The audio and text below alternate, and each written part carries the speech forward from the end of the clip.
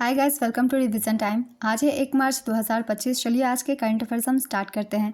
अगर आप सभी को ये वीडियो हेल्पफुल लगे तो इसे लाइक ज़रूर कर दीजिएगा और इस तरह की कम टाइम की करंट अफेयर्स की वीडियो के लिए चैनल भी ज़रूर सब्सक्राइब कर लीजिए। तो चलिए स्टार्ट करते हैं आज के सारे करंट अफेयर्स के क्वेश्चन, मगर उससे पहले जान लेते हैं 28 फरवरी को पूछे गए क्वेश्चन का सही आंसर क्या है।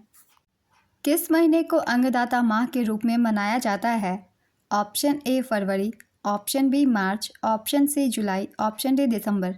इसका सही आंसर है ऑप्शन सी जुलाई। चलिए आज के करंट अफेयर्स हम स्टार्ट करते हैं। Question number 1, Indian super league विजेता शील्ड 2025 का खिताब किसने जीता है? इसका आंसर है मोहन बागान सुपर जायंट।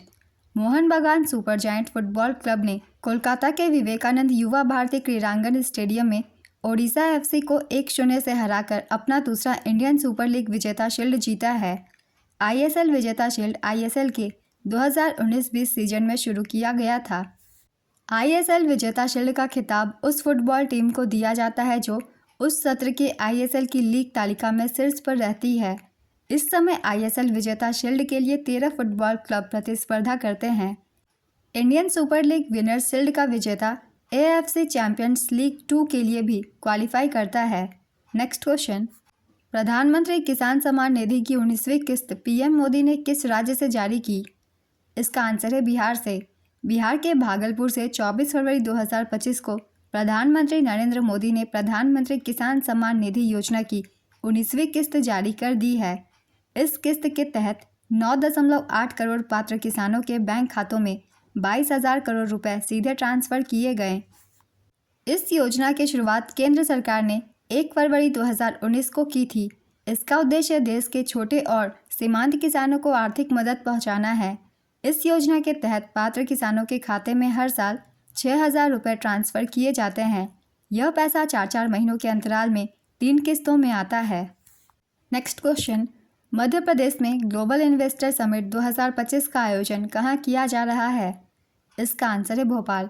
प्रधानमंत्री नरेंद्र मोदी ने 24 फरवरी 2025 को भोपाल मध्य प्रदेश में वैश्विक निवेशक शिखर सम्मेलन 2025 का उद्घाटन किया।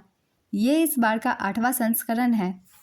यह 2 दिवसीय कार्यक्रम मध्य प्रदेश को एक वैश्विक निवेश केंद्र के रूप में प्रदर्शित करने, उद्योगों, नवाचार और बुनियादी ढांचे में इसकी क्षमता को उजागर करने के लिए डिज़ाइन किया गया है। Next question, financial literacy week किसके द्वारा लॉन्च किया गया है? इसका आंसर है आरबीआई। वित्तीय साक्षरता सप्ताह 2025 अभियान 24 से 28 फरवरी तक चला। वित्तीय साक्षरता सप्ताह का विषय वित्तीय साक्षरता महिला समृद्धि है। इस वर्ष का थीम महिलाओं को आर्थिक और सामाजिक रूप से सशक्त बनाने पर जोर देती है। यह अभियान इन प्लेटफॉर्म का उपयोग करते समय जोखिमों और सावधानियों के बारे में जागरूकता पैदा करेगा।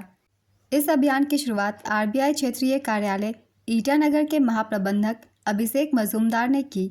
नेक्स्ट क्वेश्चन, हाल ही में राष्ट्रीय धन्वंतरी आयुर्वेद पुरस्कार से किसे सम्मानित किया गया? इसका आंसर है ताराचंद शर्मा, मायाराम उनियाल और समीर गोविंद चमदग्नि। इन तीनों को ये पुरस्कार दिया गया। आयुष मंत्रालय ने राष्ट्रीय धन्वंतरी आयुर्वेद पुरस्कार प्रदान किए। 3 लोगों को ये पुरस्कार दिया गया। पहला है वैद्य ताराचंद शर्मा को, दूसरे वैद्य है मायाराम उनियाल और तीसरे वैद्य है समीर गोविंद जमदग्नि। पुरस्कार के रूप में एक प्रशस्ति पत्र, भगवान धन्वंतरी की प्रतिमा वाली एक ट्रॉफी और 5 लाख रुपए का नकद इनाम दिया गया। इस पुरस्कार के प्रदानकर्ता हैं श्री प्रताप राव जाधव। यह पुरस्कार पारंपरिक भारतीय चिकित्सा के क्षेत्र में असाधारण योगदान के लिए दिया जाता है। नेक्स्ट क्वेश्चन, हाल ही में जारी ग्लोबल फायर पावर रैंकिंग 2025 में कौन सा देश शीर्ष पर है? इसका आंसर है America. Global fire power ranking 2025 पहले स्थान पर है अमेरिका, दूसरे स्थान पर चीन और तीसरे स्थान पर रूस। भारत की रैंक है चौथी। अंतर्राष्ट्रीय सामरिक अध्ययन संस्थान की हालिया रिपोर्ट के अनुसार 2024 में वैश्विक रक्षा खर्च $2.46 ट्रिलियन तक पहुंच गया है। पहले यह $2.24 ट्रिलियन था। भारत सरकार ने वित्त वर्ष 2025 के लिए केंद्रीय बजट में रक्षा मंत्रालय के लिए 6.81 लाख करोड़ रुपए आवंटित किए हैं। नेक्स्ट क्वेश्चन, हाल ही में चर्चित पुस्तक life on Mars collected stories के लेखक कौन है? इसका आंसर है नमिता गोखले। पुस्तक life on Mars collected stories के लेखिका नमिता गोखले हैं।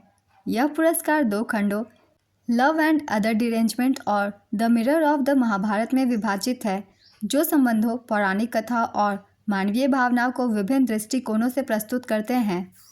यह पुस्तक 15 कहानियों का संग्रह है जो प्रेम, भाग्य और मानव अस्तित्व जैसे विषयों की पड़ताल करता है।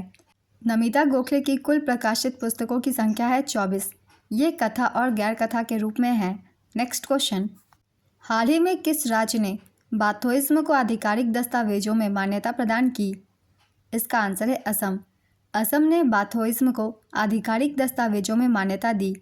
असम के बोडोलैंड प्रादेशिक क्षेत्र सरकार ने जन्म प्रमाण पत्र और प्रवेश फॉर्म जैसे प्रमुख दस्तावेजों में आधिकारिक धर्म के विकल्प के रूप में बाथोइज्म को शामिल किया है। बोडो लोगों की पारंपरिक आस्था बौद्धोइज्म हिंदू धर्म के पंचतत्व की तरह ही 5 प्राकृतिक तत्वों के इर्द गिर्द घूमती है। विशेषज्ञ इसे स्वदेशी प्राकृतिक केंद्रित आस्थाओं को संरक्षित करने की दिशा में एक कदम के रूप में प्रशंसा करते हैं। नेक्स्ट क्वेश्चन, भारत ने तूफान सारा के बाद किस देश को सहायता भेजी है? इसका आंसर है होंडुरास। भारत ने हाल ही में आए उष्णकटिबंधीय तूफान सारा के मद्देनज़र होंडुरास को 26 टन मानवीय सहायता भेजी है। 27 जनवरी को भारत ने इराक के कुर्दिस्तान क्षेत्र में भी मानवीय सहायता की खेप भेजी थी। आवश्यकता के कम समय भारत ग्लोबल साउथ के लिए सबसे पहले मदद करने वाला देश है। पिछले कई वर्षों से भारत इराक को निरंतर सहायक सामग्री और सहायता प्रदान की है। नेक्स्ट क्वेश्चन, हाल ही में कहां पर तटीय सुरक्षा अभ्यास सागर कवच का समन्वय किया गया? इसका आंसर है पश्चिम बंगाल। पश्चिम बंगाल तट पर अभ्यास सागर कवच संपन्न हुआ। इसकी अवधि 21 से 22 फरवरी 2 दिवसीय रही। अभ्यास में नकली अपहरण, तस्करी के प्रयास, आईईडी खतरे और महत्वपूर्ण संपत्तियों पर हमले शामिल थे। संयुक्त अभियान में तटरक्षक बल, नौसेना, पुलिस, सीआईएसएफ, बीएसएफ और सीमा शुल्क शामिल थे, जिससे तटीय सुरक्षा समन्वय बढ़ा। नेक्स्ट क्वेश्चन, 12वें क्षेत्रीय 3R सर्कुलर इकोनॉमी फोरम का आयोजन कहाँ किया जाएगा? इसका आंसर है जयपुर। भारत के 3 से 5 मार्च 2025 तक जयपुर के राजस्थान इंटरनेशनल सेंटर में एशिया और प्रशांत क्षेत्र में 12वें क्षेत्रीय 3R कम करना, पुनः उपयोग करना, पुनर्चक्रण करना और सर्कुलर इकोनॉमी फोरम की मेज़बानी करने के लिए तैयार है। यह आयोजन एशिया प्रशांत में एसडीजी और कार्बन तटस्थता प्राप्त करने की दिशा में सर्कुलर सोसाइटी को साकार करना विषय पर केंद्रित होगा। पिछला फोरम 2023 में कंबोडिया द्वारा आयोजित किया गया था। 3R का मतलब है कम करना, पुनः उपयोग करना और पुनर्चक्रण करना।